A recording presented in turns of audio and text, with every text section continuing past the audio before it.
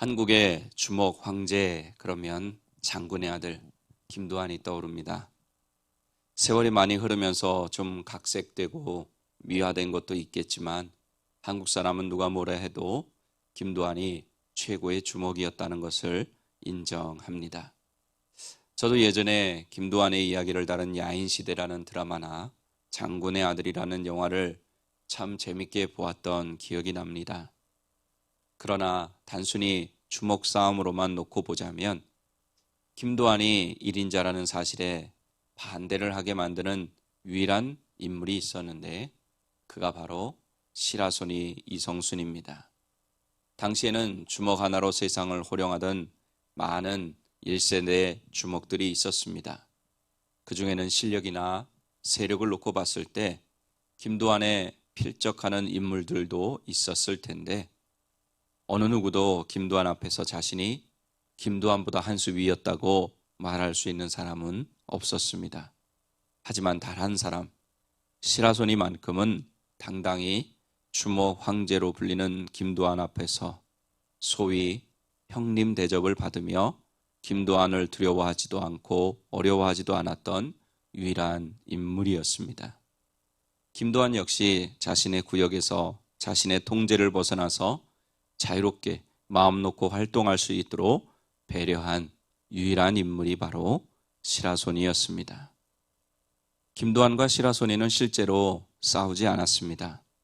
김두한이 싸움을 하기 전에 시라소니를 형님으로 모셨기 때문입니다. 제가 왜 설교 시간에 이런 이야기를 드리냐 하면 영원한 강자는 없다는 말씀을 드리려고 하기 때문입니다. 주먹 세계뿐만이 아니라 운동 경기 모든 분야에서 영원한 강자는 없습니다. 옛날에 전자제품의 최고의 전 세계 강자는 일본이었죠.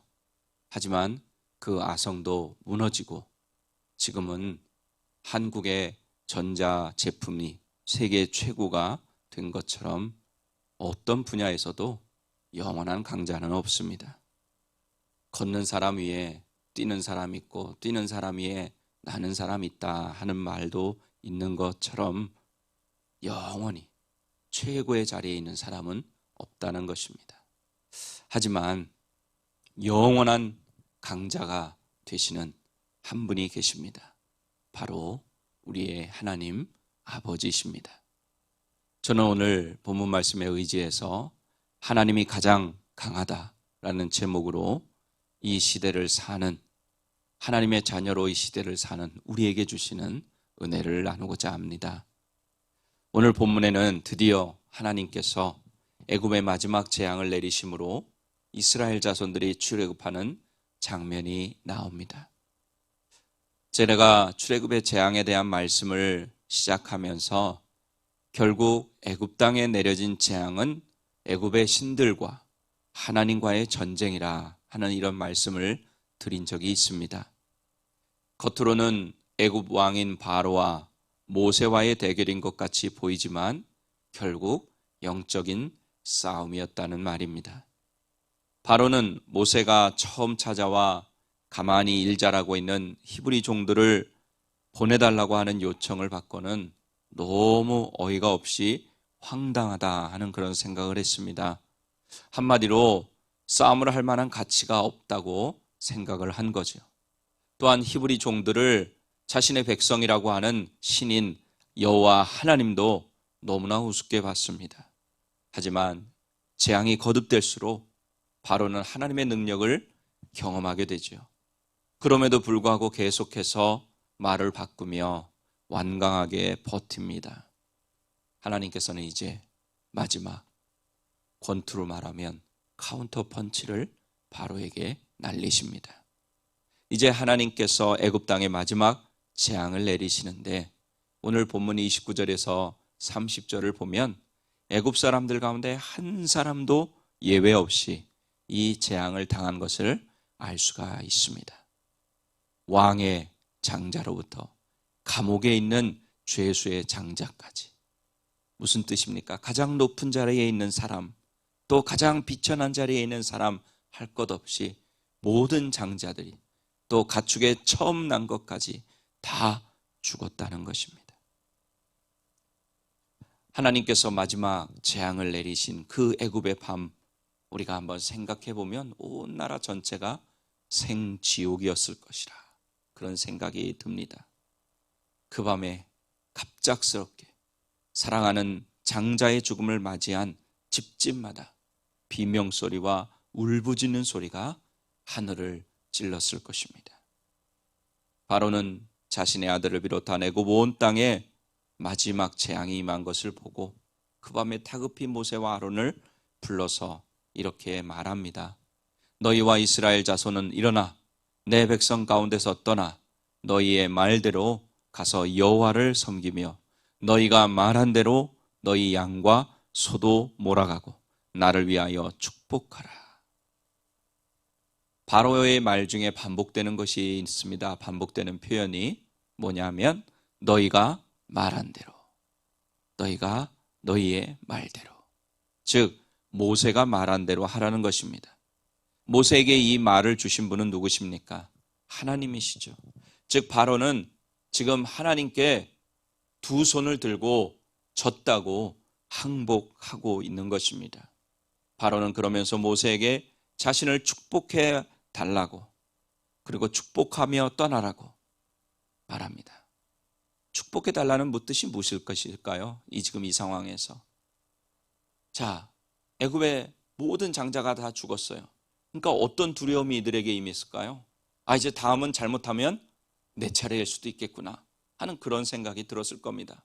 그래서 축복해 달라고 하는 것은 내 목숨만큼은 살려달라, 그런 뜻이었습니다. 그래서 이스라엘 자손들을 재촉하여 애굽 땅에서 떠나가게 하려고 했습니다.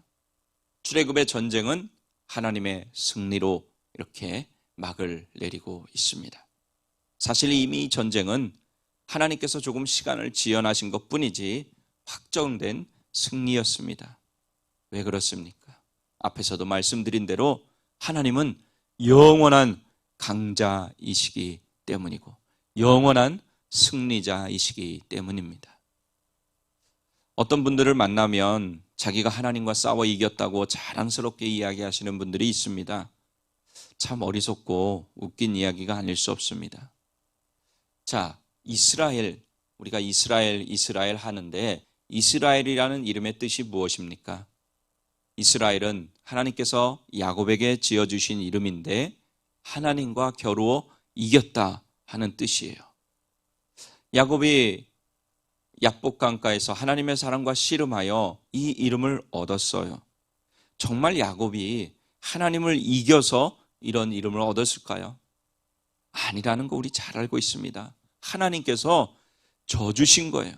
그리고 야곱에게 승리했다고 해주신 것입니다. 그리고 이름도 그렇게 지어주셨어요. 이것은 정말로 진짜 강한 사람만이, 진짜 승리자만이 베풀 수 있는 것이었습니다. 우리 사랑하는 어린교회 가족 여러분, 하나님을 이길 사람은 온 우주에, 온 세상에 아무도 없습니다. 어떤 세력도 하나님과 싸워 이길 수 없습니다. 여러분 이 사실을 믿으십니까? 믿으셔야 합니다.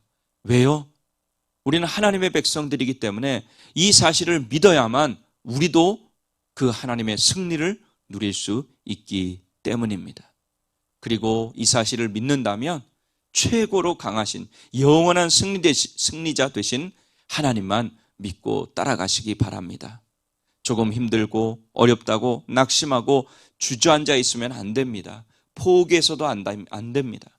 하나님의 승리의 때가 언제인지 정확하게 알 수 없지만 우리가 끝까지 승리의 하나님을 의지하고 믿고 나간다면 반드시 하나님의 승리가 우리의 승리가 될 줄로 믿습니다.